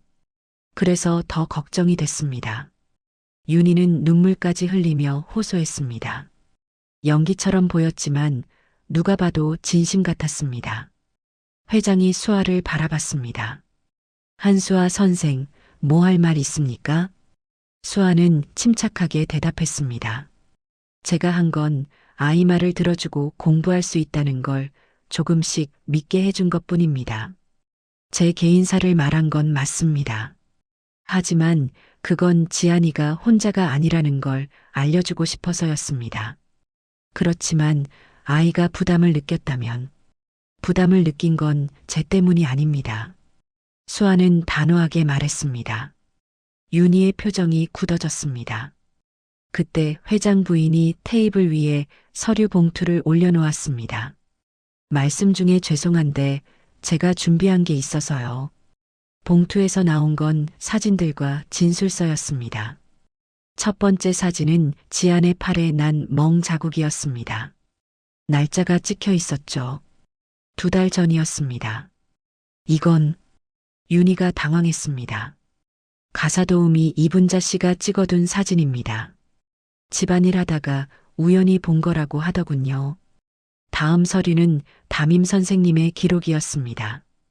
지안 양의 담임 선생님이 작성한 상담 기록입니다. 여기 보시면 새엄마에 대한 두려움으로 상담을 거부하던 학생이 과외 선생 만난 후 처음으로 상담실에 찾아와 도움을 요청했다고 적혀 있습니다. 회의실이 조용해졌습니다. 윤희는 할 말을 잃었습니다. 회장 부인이 계속 말했습니다. 그리고 며칠 전에 지안이를 직접 만나 이야기를 나눴습니다. 아이가 직접 말하더군요. 엄마가 선생님을 내보내려 한다고 자기 때문에 선생님이 힘들어할까봐 걱정된다고요. 지안이 거실 문 밖에서 들어왔습니다. 할머니가 미리 대기시켜둔 것 같았습니다. 지안아, 할머니한테 했던 말 다시 한번 해줄 수 있겠니? 지아는 떨리는 목소리로 말했습니다. 저 맞았어요. 선생님은 한 번도 저한테 손 안 올리셨어요. 오히려 살려줬어요. 윤희의 얼굴이 창백해졌습니다. 지아나, 그게 무슨... 사실이에요. 엄마가 물건 던졌어요. 제가 숙제 늦게 해서요. 근데 숙제 안 늦었는데도 그러셨어요. 침묵이 흘렀습니다. 민재는 충격받은 표정으로 아내를 쳐다봤습니다. 당신이 정말 그랬어요? 윤희는 입술을 떨었습니다. 아니에요. 그건 오해예요. 애가 제 말을 잘못 이해한 거예요. 회장이 손을 들어 대화를 멈췄습니다. 윤희 씨, 잠시 나가 계시죠. 얘기할 게 있으니. 윤희는 억울한 표정으로 일어났습니다. 하지만 어쩔 수 없었습니다. 증거가 너무 많았으니까요. 같은 시각, 삼성생명 본사 고객서비스 부서에는 이상한 민원이 하나 접수됐습니다. VIP 고객으로 등록된 번호였는데 내용이 특이했습니다. 한수아 상담원에게 감사 인사를 전하고 싶습니다. 저희 아버지 요양보험 리모델링을 도와주셨는데 그분 아니었으면 큰 손해를 볼 뻔했습니다. 민원을 받은 직원은 고개를 갸우뚱했습니다. 칭찬 민원은 흔하지 않았거든요. 더군다나 VIP 고객이 직접 전화까지 했습니다. 제 아버지가 요양병원에 계시는데 같은 병실 쓰시는 분 딸이 한수아 씨더라고요. 우연히 복도에서 만나 보험 얘기를 나눴는데 자기 사정 힘들어도 우리 아버지 보험 구조까지 살펴봐 주셨습니다. 정말 감사해서 이렇게 전화드렸습니다. 민원 담당자는 기록을 남기며 생각했습니다. 한수아 씨가 이런 사람이었구나. 그 민원 기록은 인사팀으로 전달됐습니다. 정규직 전환평가 시기였기 때문에 모든 민원 기록을 재검토하고 있었거든요. 인사팀 대리가 한수아의 파일을 펼쳤습니다. 최근 6개월간의 민원 기록을 보니 불만 민원은 단 한 건도 없었습니다. 오히려 칭찬 민원이 5건이나 있었죠. 고객 응대 평가는 늘 상위 20% 안에 들었고 업무 처리 속도도 빨랐습니다. 이상하네. 팀장님은 왜 한수아 씨가 문제 있다고 하신 거지? 대리는 팀장이 제출한 평가서를 다시 봤습니다. 근태 불량, 업무 집중도 저하, 외부 활동으로 인한 평판 문제 같은 내용들이 적혀 있었습니다. 하지만 실제 기록과는 전혀 달랐습니다. 대리는 동료 직원에게 물었습니다. 한수아 씨 평소에 어때요? 성실하죠. 맨날 먼저 출근하고 늦게 퇴근하고 고객들도 다들 좋아해요. 그럼 왜 팀장님이 저렇게 평가하신 거죠? 동료는 목소리를 낮췄습니다. 소문 있잖아요. 재벌집 과외 다닌다는 거. 팀장님이 그거 못마땅해 하시나 봐요. 소문이 사실이에요? 글쎄요. 저도 잘 모르겠는데 박혜리 대리가 자꾸 그런 얘기 퍼뜨리더라고요. 인사팀 대리는 고개를 끄덕였습니다. 뭔가 이상하다는 생각이 들었습니다. 소문과 실제 평가가 너무 달랐거든요. 한편 한남동 저택에서는 또 다른 진실이 드러나고 있었습니다. 강민재는 개인적으로 보안팀의 요청에 최근 3개월간의 CCTV 기록을 조사했습니다. 특히 지안방앞 복도 카메라를 집중적으로 봤죠. 그런데 이상한 점을 발견했습니다. 특정 날짜들에 카메라가 꺼져 있었던 겁니다. 우연히 고장 난 게 아니라 누군가 의도적으로 끈 것처럼 보였습니다. 그리고 그 날짜들은 대부분 저녁 시간, 민재가 회사에서 늦게 돌아오는 날들이었습니다. 민재는 보안팀장을 불렀습니다. 이 날짜들에 카메라가 왜 꺼진 겁니까? 확인해 보니 수동으로 전원이 꺼진 기록이 있습니다. 누가 껐죠? 그건 확인이 어렵습니다만 시간대로 봐서는 집에 계신 분 중 누군가가. 민재는 알았습니다. 아내였다는 걸. 카메라를 끄고 지안에게 뭔가를 한 거였습니다. 증거를 남기지 않기 위해서요. 민재는 주먹을 꽉 쥐었습니다. 자신이 모르는 사이에 조카가 고통받고 있었다는 사실에 죄책감이 밀려왔습니다. 며칠 후 저녁 민재는 수아에게 따로 연락했습니다. 한수아 선생님, 잠깐 시간 괜찮으신가요? 할 말이 있어서요. 수아는 회사 근처 조용한 카페로 나왔습니다. 민재는 이미 창가 자리에 앉아 있었습니다. 평소의 부회장 모습이 아니라 그냥 지친 30대 남자의 모습이었습니다. 앉으세요. 수아가 앉자 민재가 먼저 고개를 숙였습니다. 먼저 사과드립니다. 제가 집안일을 제대로 못 봐서 선생님께 피해를 드렸습니다. 아니에요. 저는 괜찮습니다. 우리 집 어른들 때문에 상처받으셨을 텐데 그래도 지안이를 포기하지 않아주셔서 정말 감사합니다. 민재의 목소리에는 진심이 묻어났습니다. 조카를 위해 여기까지 와주셔서 고맙습니다. 한 번만 더 지안을 믿고 곁에 있어줄 수 있나요? 수아는 잠시 침묵했습니다. 솔직히 지치기도 했고 회사 일도 신경 쓰였습니다. 하지만 지안의 얼굴이 떠올랐습니다. 처음 만났을 때 공포에 질려있던 그 아이가 이제는 스스로 문제집을 펼치고 꿈을 이야기하는 모습으로 변했습니다. 지안이가 먼저 저를 붙잡는 한 저도 아이를 놓치지 않을 겁니다. 민재는 안도한 표정으로 고개를 끄덕였습니다. 감사합니다. 정말로요. 잠시 침묵이 흐른 뒤 민재가 다시 입을 열었습니다. 선생님은 왜 그날 밤 10만 원을 주셨습니까? 본인도 어려운 형편이셨을 텐데. 수아는 창밖을 바라보며 대답했습니다. 그냥 지나칠 수가 없었어요. 제가 엄마 잃고 혼자 버틸 때 누군가 손 내밀어줬으면 했거든요. 그래서 지안이를 보는 순간 저절로 손이 나갔던 것 같아요. 민재는 수아를 바라봤습니다. 이 사람은 돈이 아니라 사람을 본다는 걸 깨달았습니다. 재벌가 손녀라서 도운 게 아니라 그냥 눈앞의 아이가 힘들어 보여서 도운 거였습니다. 당신은 특별한 사람이네요. 수아는 쑥스럽게 웃었습니다. 저는 그냥 평범한 사람인데요. 아니에요. 평범한 사람은 자기 전 재산을 남한테 주지 않습니다. 둘 사이에 따뜻한 침묵이 흘렀습니다. 카페 창밖으로는 저녁 노을이 지고 있었습니다. 이 대화는 둘 사이의 감정에 작은 물꼬를 트는 순간이 됐습니다. 단순한 과외 선생과 보호자의 관계를 넘어서 서로를 이해하고 존중하는 사이로 변해가고 있었던 거죠. 대성그룹 본가 응접실의 분위기는 무거웠습니다.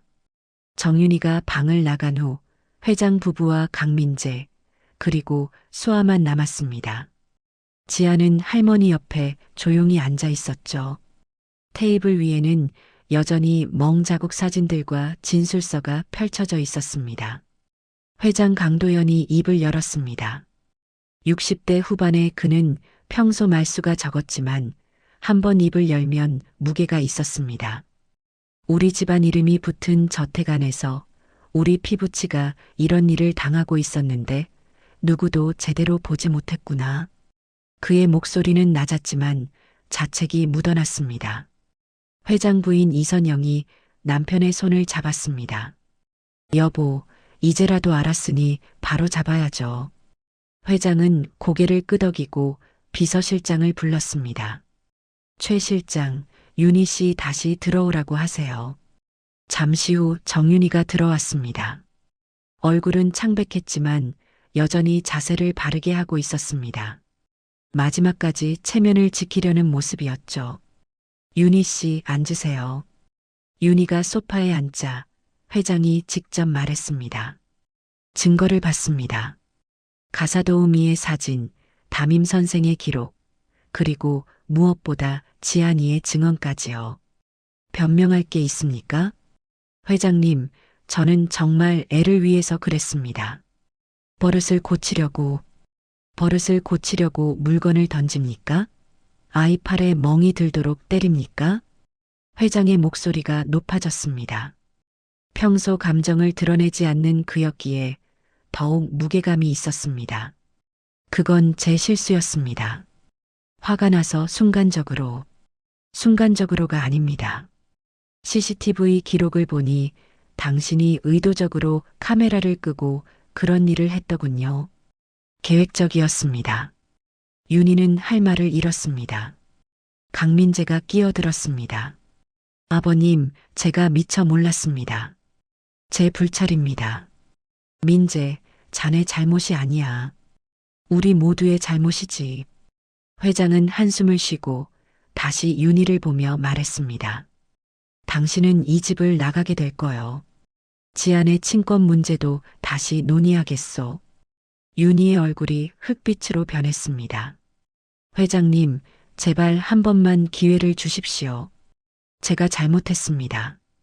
다시는 그런 일 없을 겁니다. 기회는 이미 여러 번 있었소. 당신은 그걸 스스로 버렸어요. 회장 부인이 부드럽지만 단호하게 말했습니다. 일주일 안에 짐을 정리하세요. 변호사가 연락할 겁니다. 윤희는 일어나 지안을 바라봤습니다. 지안은 고개를 숙이고 있었습니다. 윤희는 뭔가 말하려다가 결국 입을 다물고 응접실을 나갔습니다. 문이 닫히는 소리가 유난히 크게 들렸습니다. 회장 부인은 수아를 향해 몸을 돌렸습니다. 한수아 선생님, 고맙습니다. 당신 아니었으면 우리는 영영 진실을 몰랐을 겁니다. 저는 당연한 일을 했을 뿐입니다. 아니에요. 세상에 당연한 선행은 없어요. 모두 선택의 결과죠. 회장이 비서실장에게 지시했습니다. 최 실장, 한수아 선생을 우리 지안이의 전담 가정교사로 공식 위촉하도록 하세요. 그리고 장학재단 교육 프로그램 고문직도 제안해 보세요. 수아는 깜짝 놀랐습니다. 고문이요? 네.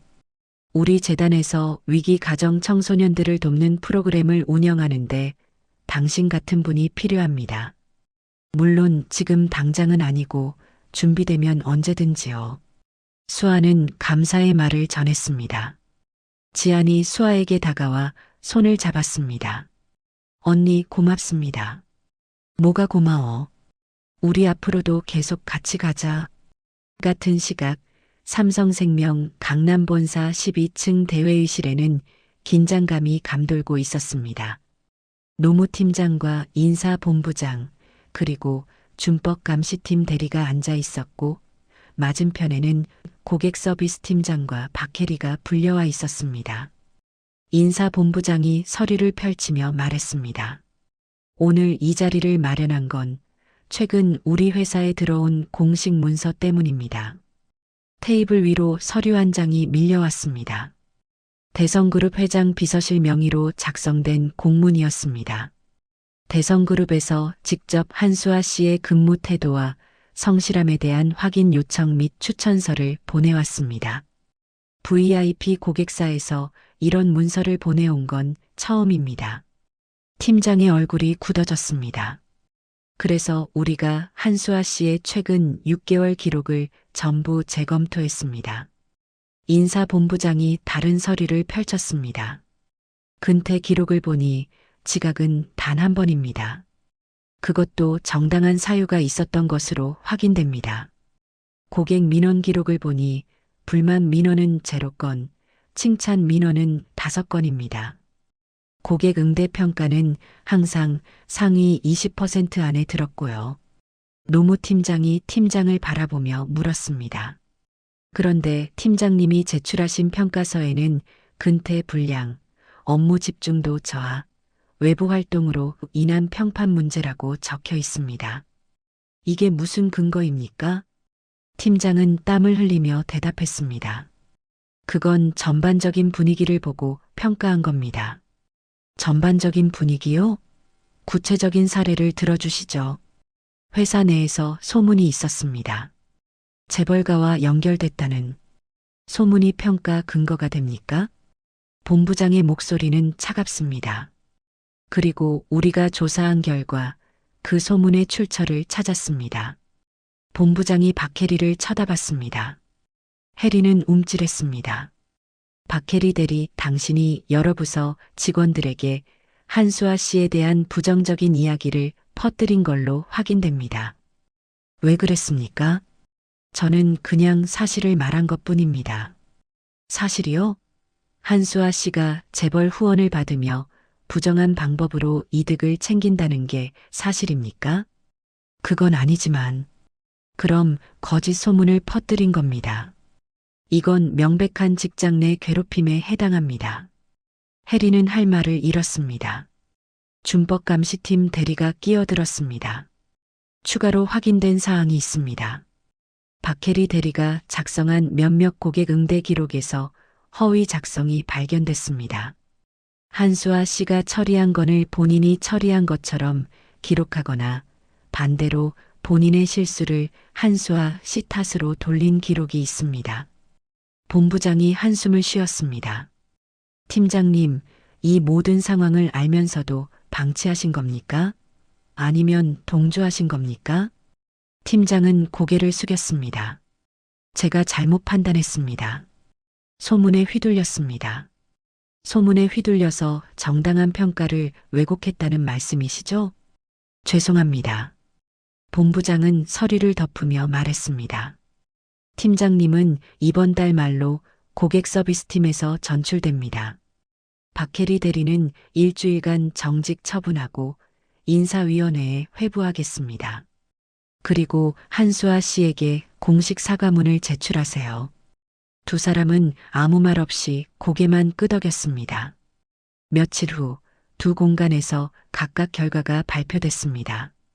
한남동 저택에서는 수아가 공식 위촉장을 받았습니다. 대성그룹 장학재단 교육 프로그램 자문위원이라는 직함이었습니다. 물론 지안의 전담 가정교사 역할도 계속하기로 했죠. 회장 부인이 수아에게 말했습니다. 천천히 하세요. 지금은 지안이를 돕는 것만으로도 충분합니다. 재단 일은 나중에 준비되면 시작하면 돼요. 감사합니다. 최선을 다하겠습니다. 삼성생명 본사에서는 정규직 전환 합격자 명단이 발표됐습니다. 한수아의 이름이 가장 위에 있었습니다. 동료들이 축하해줬고 일부는 미안한 표정으로 다가와 사과했습니다. 수아 씨 미안해요. 소문 믿어서. 괜찮아요. 오해는 풀렸으니까요. 박혜리는 정직 기간 동안 출근하지 않았습니다. 팀장은 다른 부서로 전출됐고 후임 팀장이 수아를 불러 정식으로 사과했습니다. 한수아 씨, 회사 차원에서 사과드립니다. 앞으로 이런 일 없도록 하겠습니다. 수아는 담담하게 받아들였습니다. 억울했던 시간들이 있었지만 결국 진실은 드러났으니까요. 그 주 금요일 저녁 강민재는 수아에게 다시 연락했습니다. 이번에는 한강 다리 근처의 조용한 레스토랑이었습니다. 창밖으로 강물이 보이는 자리였죠. 둘은 식사를 하며 이런저런 이야기를 나눴습니다. 지안의 변화, 앞으로의 계획, 수아의 자격증 공부까지요. 대화는 자연스러웠고 편안했습니다. 식사가 끝나고 커피를 마실 때 민재가 조심스럽게 입을 열었습니다. 한수아 선생님, 제가 하고 싶은 말이 있습니다. 수아는 커피잔을 내려놓고 민재를 바라봤습니다. 저는 평생 숫자와 계약서 속에서 살아왔습니다. 사람을 볼 때도 이익과 손해를 먼저 계산했죠. 그게 재벌가에서 살아남는 방법이라고 배웠으니까요. 민재는 잠시 말을 멈추고 창밖을 바라봤습니다. 그런데 당신을 보면서 깨달았습니다. 세상에는 계산으로 설명할 수 없는 선택들이 있다는 걸요. 전 재산 10만 원을 낯선 아이에게 주는 선택, 회사에서 불이익을 받으면서도 그 아이 곁을 지키는 선택 같은 것들이요. 수아는 조용히 듣고 있었습니다. 당신은 우리 조카를 살렸고 우리 가족을 깨웠어요. 그리고 민재가 수아를 똑바로 바라봤습니다. 제 마음도요. 수아는 놀란 표정으로 민재를 쳐다봤습니다. 저는 당신 같은 사람을 처음 봤습니다. 돈이 아니라 사람을 보는 사람, 손해를 알면서도 옳은 일을 하는 사람. 그런 당신이 제 마음에 들어왔어요. 민재의 목소리는 떨리고 있었습니다. 평소 회의실에서 냉철하게 사업을 논하던 그 사람이 아니었습니다. 그냥 한 사람을 좋아하게 된 남자의 모습이었죠. 저는 당신과 더 가까워지고 싶습니다. 천천히, 조급하지 않게요. 당신이 준비될 때까지 기다릴게요. 수아는 한동안 말이 없었습니다. 가슴이 두근거렸고 얼굴이 뜨거워졌습니다. 민재가 자신을 그렇게 생각하고 있었다는 게 믿기지 않았죠. 저는 평범한 사람인데요. 부회장님과는 너무 다른 세계에 사는 사람이에요. 그래서 좋습니다. 당신의 그 평범함이, 진실함이 저한테는 특별해요. 수아는 민재를 바라봤습니다.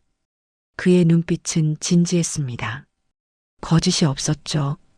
저도 시간이 필요할 것 같아요. 생각할 시간이요. 얼마든지요. 제가 기다리겠습니다. 민재는 미소 지었습니다. 그 미소는 따뜻했고 수아의 마음을 조금씩 녹였습니다. 레스토랑을 나와 강변을 걷는 동안 둘은 손을 잡지도 않았고 특별한 말을 나누지도 않았습니다. 그냥 나란히 걸었을 뿐이었죠. 하지만 그 침묵은 어색하지 않았습니다. 오히려 편안했습니다. 수아는 생각했습니다. 그날 밤 10만 원을 건넸던 선택이 여기까지 자신을 데려왔다는 게 신기했습니다. 지안을 만났고 정규직이 됐고 재단 자문위원이 됐고 이제는 누군가의 마음까지 얻게 됐습니다. 인생은 정말 알 수 없는 것이었습니다. 한 번의 선택이 모든 걸 바꿀 수 있다는 걸 수아는 몸소 경험하고 있었습니다. 1년이 흐른 어느 봄날 아침이었습니다. 한수아는 삼성생명 강남본사 15층 재무설계팀 사무실에 앉아 있었습니다. 책상 위 명패에는 재무설계사 한수아라고 적혀 있었죠. 정규직 전환 후 6개월 만에 국제공인재무설계사 자격증까지 취득하면서 수아는 계약직 상담원에서 전문 재무설계사로 안전히 자리를 잡았습니다. 책상 서랍을 열면 그날의 ATM기 영수증이 아직 남아 있었습니다. 1년 전 10만 원을 인출했던 그 영수증이요. 수아는 가끔 그걸 꺼내보며 스스로에게 물었습니다. 만약 그날 밤 지안을 그냥 지나쳤다면 지금 어떤 삶을 살고 있을까 하고요. 아마 여전히 계약직으로 불안해하며 요양병원 간병비 걱정에 잠 못 이루고 있을지도 모른다는 생각이 들었습니다. 하지만 현실은 달랐습니다. 수아는 이제 안정적인 정규직이었고 대성그룹 장학재단의 외부 자문으로도 활동하고 있었습니다. 매달 셋째 주 토요일에는 재단에서 운영하는 위기 가정 청소년 재무 교육 프로그램을 진행했죠. 자신처럼 어려운 환경에서 자란 아이들에게 돈 관리의 중요성과 미래, 설계를 가르쳐주는 일이었습니다. 보람 있었고 의미 있었습니다. 무엇보다 가장 큰 변화는 아버지와 함께 살게 됐다는 점이었습니다. 석 달 전 수아는 강남구 역삼동에 작은 신축 아파트를 마련했습니다. 25평 규모의 투룸이었지만 수아와 아버지 둘이 살기에는 충분했죠. 대성그룹에서 받는 자문료와 삼성생명 급여를 합치면 아버지 간병비 걱정 없이 살 수 있었습니다. 아버지를 요양병원에서 모셔온 날을 수아는 평생 잊지 못할 것 같았습니다. 아버지는 새 아파트 거실에 서서 한참을 둘러보셨습니다. 햇살이 쏟아지는 거실, 깨끗한 주방, 아버지 방까지 준비된 그 공간을 보며 눈물을 흘리셨죠. 수아야, 내가 딸 덕에 이런 집도 살아보네. 아버지의 목소리는 떨렸습니다. 수아는 아버지를 꼭 안았습니다. 이제부터 시작이에요, 아빠. 아빠, 간병비 걱정 없는 인생. 제가 지켜드릴게요. 아버지는 수아의 등을 토닥이며 울었습니다. 기쁨의 눈물이었습니다. 자신 때문에 딸이 고생했다는 죄책감에서 벗어나 이제는 딸이 자랑스럽다는 감정으로 바뀐 순간이었죠. 서지안도 놀라울 만큼 변했습니다. 1년 전 방에만 틀어박혀 있던 그 아이는 이제 없었습니다. 지아는 학교에 완전히 복귀했고 성적도 꾸준히 올랐습니다. 최근 모의고사에서는 전교 5등을 기록했죠. 담임 선생님은 이대로 가면 서울대도 충분히 가능하다고 말했습니다. 하지만 성적보다 더 중요한 건 지안의 표정이었습니다. 이제 지안은 웃었습니다. 친구들과 점심을 먹으며 웃고 수업 시간에 손을 들어 질문하며 웃고 토요일마다 수아를 만나 근황을 나누며 웃었죠. 그 웃음이 얼마나 귀한 것인지 1년 전에 지안을 알았던 사람들은 모두 알고 있었습니다. 어느 토요일 오후 지안은 수능 모의고사 성적표를 들고 수아를 찾아왔습니다. 이제는 한남동 저택이 아니라 수아의 새 아파트로 왔습니다. 정윤이가 집을 떠난 후 지아는 작은아버지 민재와 단둘이 살고 있었고 주말마다 수아를 만나러 왔죠. 언니 봐요. 전국 100분이 98이에요. 지안의 목소리에는 자신감이 넘쳤습니다. 우와, 진짜 잘했다. 지안아, 너 정말 대단해. 언니 덕분이에요. 아니야. 내가 한 건 길만 보여준 거고 실제로 걸어간 건 내가 다 한 거야. 수아는 지안의 머리를 쓰다듬었습니다. 지금 지안의 머리카락은 윤기가 흘렀고 얼굴에는 생기가 돌았습니다. 1년 전 그 창백하고 겁에 질린 얼굴은 어디에도 없었죠. 언니, 저 서울대 경영학과 노려볼 수 있을까요? 당연하지. 내가 원하면 어디든 갈 수 있어. 그럼 나중에 저도 회사 경영하는 사람이 될 수 있을까요? 물론이야. 지안이는 뭐든 될 수 있어. 지안은 환하게 웃었습니다. 꿈을 이야기하는 아이의 눈은 빛났습니다. 그 무렵 강민재는 한남동 저택 서재에서 작은 상자를 들여다보고 있었습니다. 벨벳 상자 안에는 심플한 디자인의 다이아몬드 반지가 들어 있었습니다. 화려하지 않지만 단단해 보이는 수아를 닮은 반지였죠. 민재는 1년 동안 천천히 수아와 가까워졌습니다. 처음에는 일주일에 한 번 식사 약속으로 시작했고 점차 주말마다 만나 함께 시간을 보냈습니다. 한강 산책, 미술관 관람, 조용한 카페에서의 대화 같은 평범한 데이트들이었죠. 재벌 부회장과 평범한 재무설계사라는 신분 차이는 중요하지 않았습니다. 둘은 그냥 서로를 이해하고 존중하는 사람들이었으니까요. 민재가 수아를 사랑하게 된 건 그녀의 일관성 때문이었습니다. 수아는 돈이 생기고 지위가 올라가도 변하지 않았습니다. 여전히 요양병원에 계신 다른 환자 보호자들에게 보험 상담을 무료로 해줬고 재단 프로그램에서 만난 아이들에게 진심으로 다가갔죠. 그 모습을 보며 민재는 확신했습니다. 이 사람과 함께라면 진짜 가족을 만들 수 있겠다고요. 어느 봄날 저녁 민재는 한강 다리 아래 공원에서 수아를 만났습니다. 벚꽃이 흩날리는 저녁이었죠. 둘은 벤치에 앉아 강물을 바라보고 있었습니다.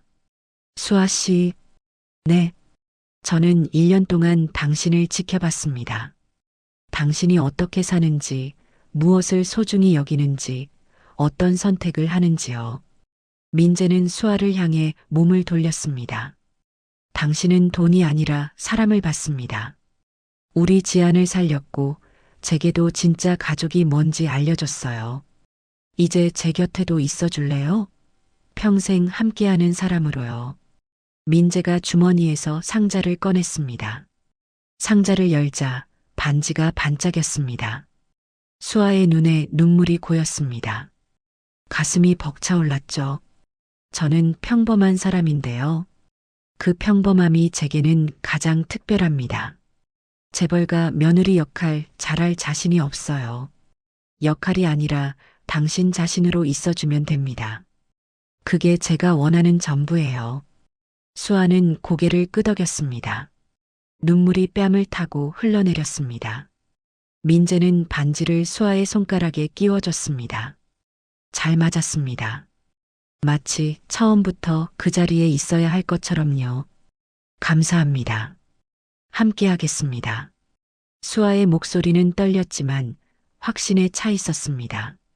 석 달 후 대성그룹 계열 호텔 연회장에는 사람들로 가득했습니다.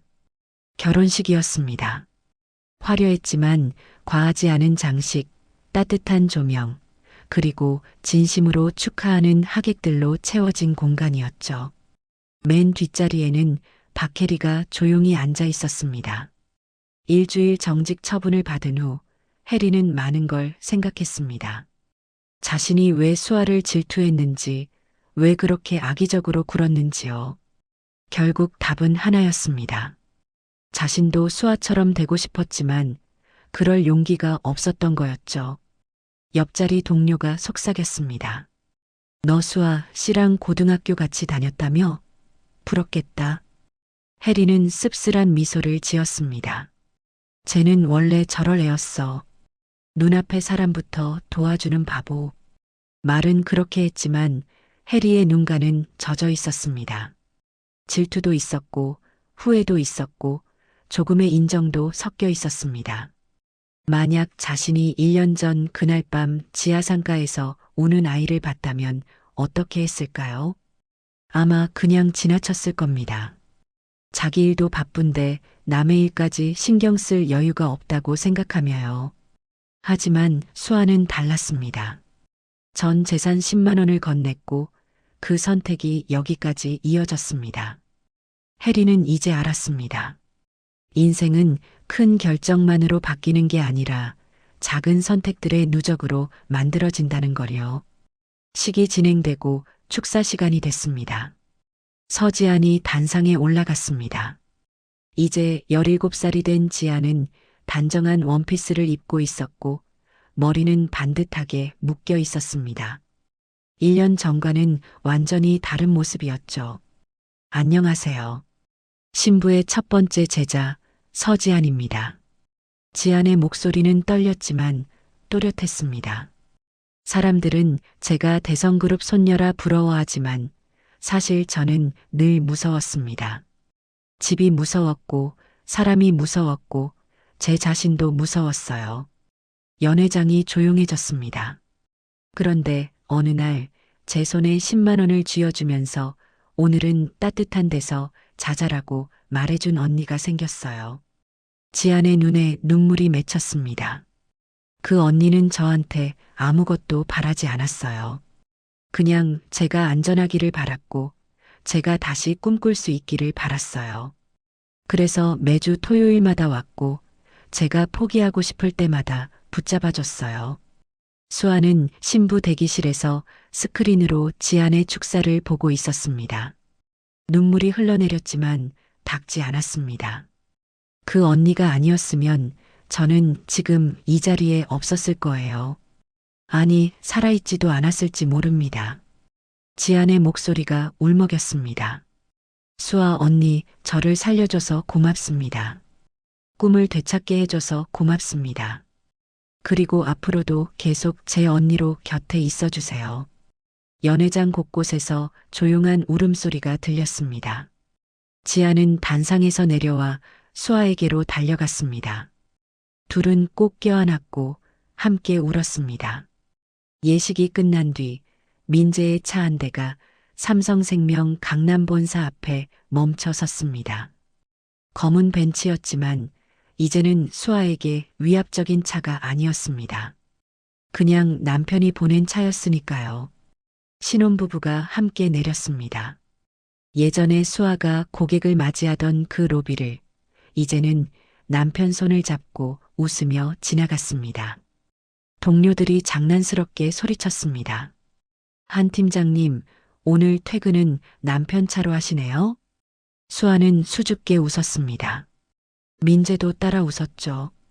차에 타고 집으로 가는 길이었습니다. 창밖으로 강남역 지하상가 입구 간판이 보였습니다. 1년 전 그날 밤 지안을 만났던 바로 그곳이었죠. 수아는 그 간판을 보며 조용히 생각했습니다. 그날 10만 원을 쥔 채 발걸음을 멈추지 않았더라면 지안도 자신도 아버지도 이렇게 웃을 수 있었을까요? 아마 아니었을 겁니다. 민재가 수아의 손을 잡았습니다. 무슨 생각해요? 그냥 1년 전 그날 밤 생각했어요. 10만 원? 네. 그때 제게 10만 원은 전 재산이었어요. 그걸 건네는 게 얼마나 무서웠는지 몰라요. 그런데도 건넸죠. 네. 지안이 눈을 보니까 그냥 그럴 수밖에 없었어요. 민재는 수아의 손에 입맞춤을 했습니다. 그 선택 덕분에 우리가 여기 있는 거예요. 고마워요. 그때 용기 내줘서. 저도 고마워요. 제 선택을 믿어줘서요. 차는 한강을 건너 새 아파트로 향했습니다. 이제 그곳에는 수아의 아버지도 계셨고 주말이면 지안도 놀러 올 예정이었습니다. 작지만 따뜻한 가족이 만들어지고 있었죠. 수아는 창밖을 바라보며 다시 한번 생각했습니다.